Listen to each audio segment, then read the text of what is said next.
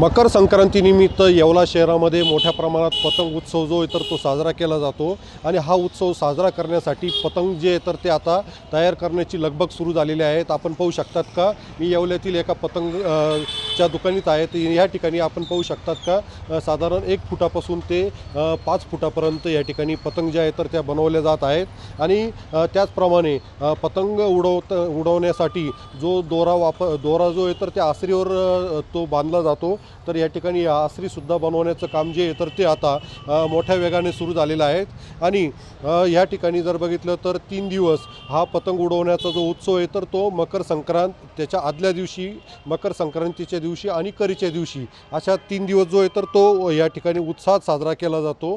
आणि या ठिकाणी येवलेकर आणि बाहेरून जे काही पाहुणे असतात ते सुद्धा येऊन या ठिकाणी पतंग उडवण्याचा जो आनंद आहे तर तो मनमुराद घेत असतात।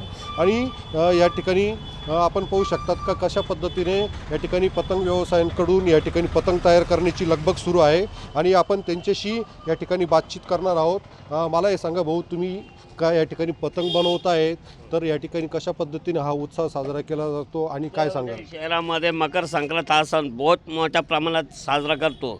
आम्ही येवल्यामध्ये 3 दिवस बाहेर गाऊन सुद्धा पब्लिक इथे येतात पतंग उडवण्यासाठी। पाहुणे वावळे आमच्याकडं 1 फुटापासून तर 5 फुटापर्यंत पतंग आहे। आम्ही मांजा तयार करून देतो, आसारी देतो।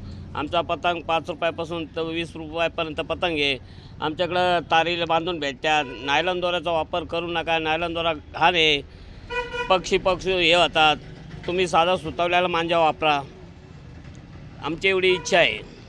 एकंदरीत पाहता या ठिकाणी पतंग प्रेमींनी पतंग उडवताना नायलॉन मांजाचा वापर करू नये असं सुद्धा आव्हान या ठिकाणी पतंग व्यावसायिक जे तर ते करत आहे। उमेश पारिक, TV9 मराठी, येवला, नाशिक।